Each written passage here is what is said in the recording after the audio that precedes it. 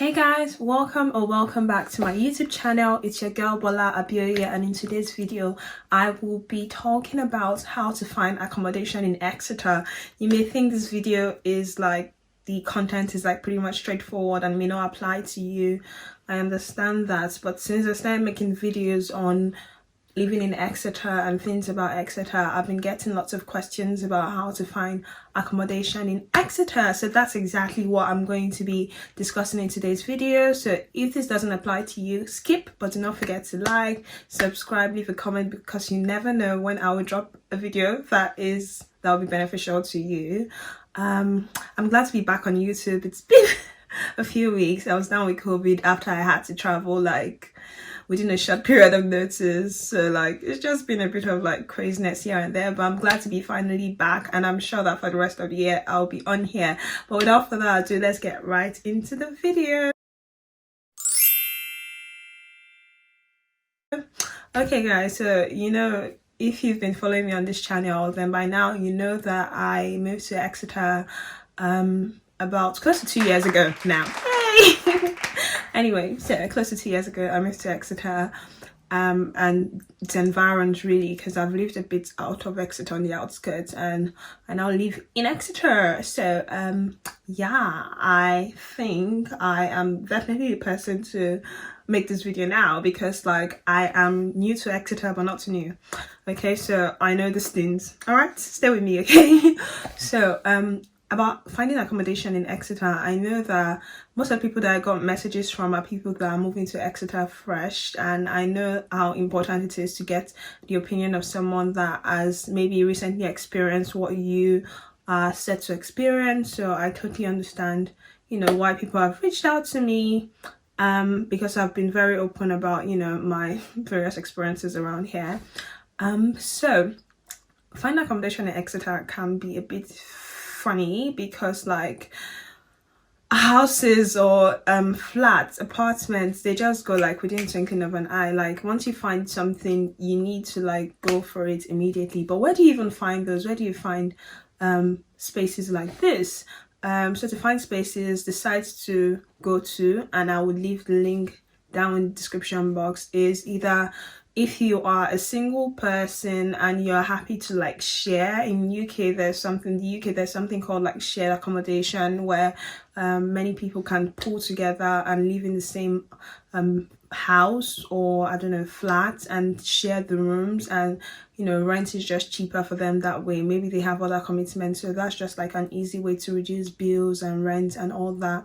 But if you're a single person, mostly single people, if you're a single person, this may be like a great option for you. So I'll say like definitely go for that if you're a single person, and just it can help you save some money. But even if you're a single person, or if you're a married couple, you may still want a flat or a house, and in that case where to go to is rightmove.com.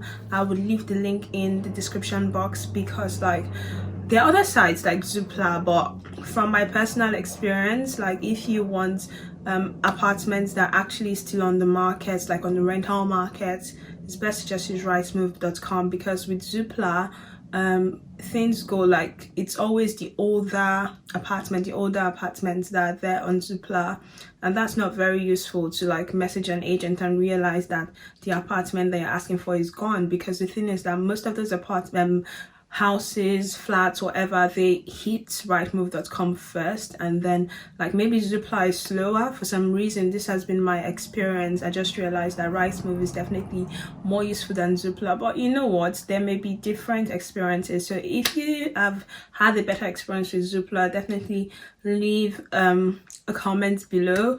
However, I would also leave the link to Zoopla, but just know now, not promoted, from my personal experience, and I've moved once or twice, so I would recommend rightmove.com and spareroom.com for single people that are looking to reduce bills, happy to share.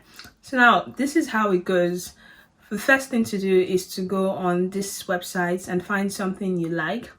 When you find something you like, immediately you do send the message, send an email, give the agent a ring. If you're outside the UK and you're coming to the UK, it may be easier to like give the agent an email, send an email And I just remembered something now about like trying to find accommodation outside the UK when coming into the UK. So I would like give a specific tip towards the end of this video, so definitely stay to the end to hear that tip. So you message the agent, you email the agent, or you call them if you're in the UK, and try to book a viewing. They may still want an email. Just do whatever is required, get that viewing date. Once you get a viewing date, then you're supposed to come view. Now if you don't have a past record of like renting in the UK and all that, they may really want to see you in person.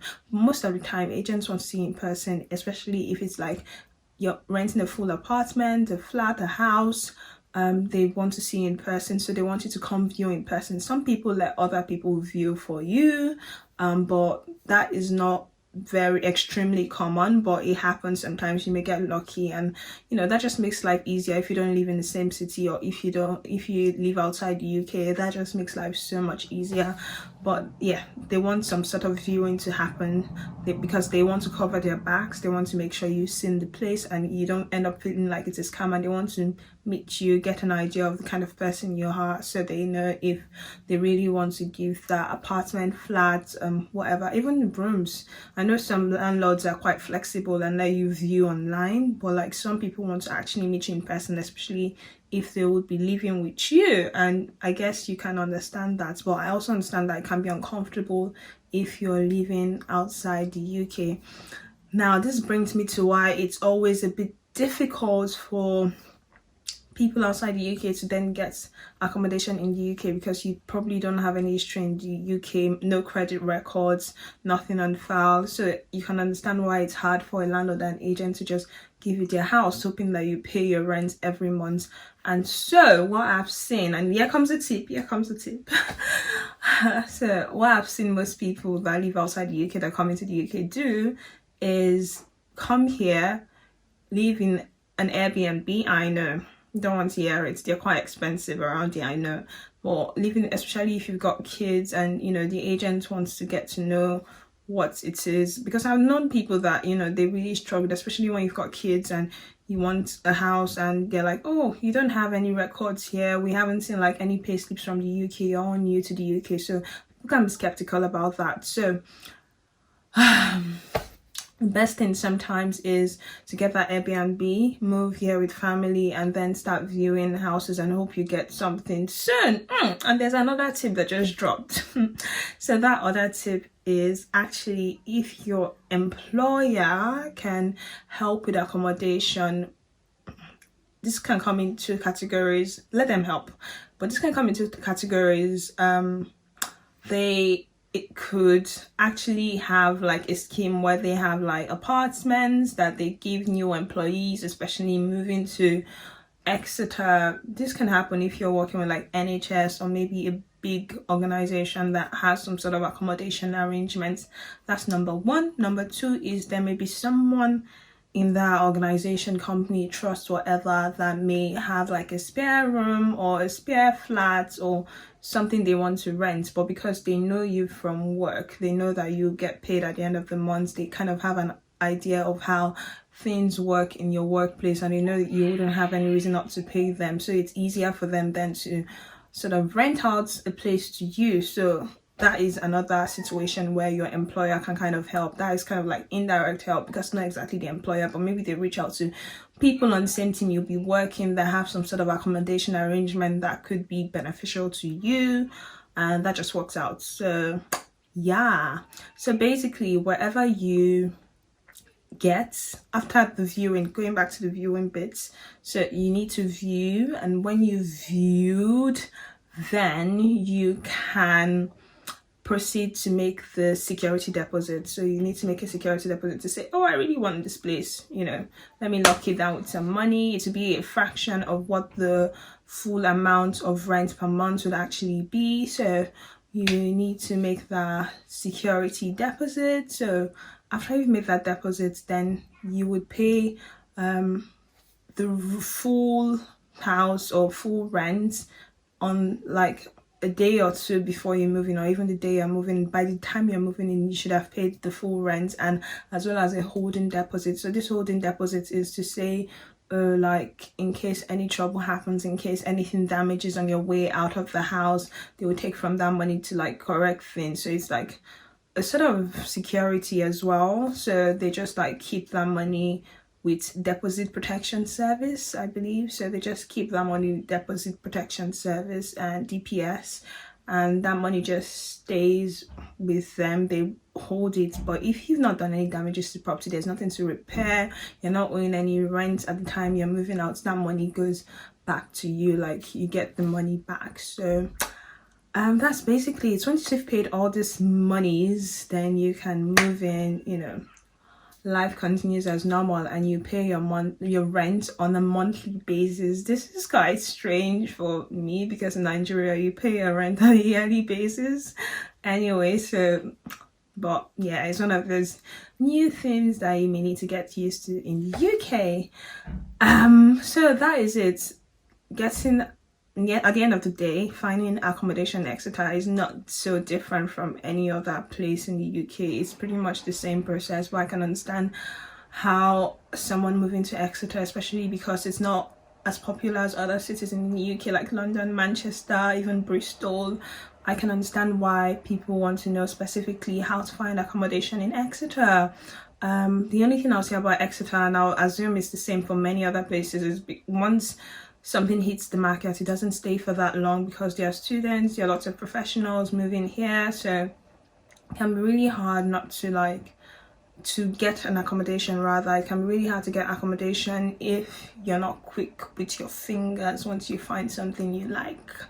Okay, and you know, be open-minded, definitely put in a couple of requests, like have options just in case things fall through with one, another one would work out. So without further ado, I have come to the end of this video. Please do not forget to subscribe, like, please just help me get to 400 subscribers.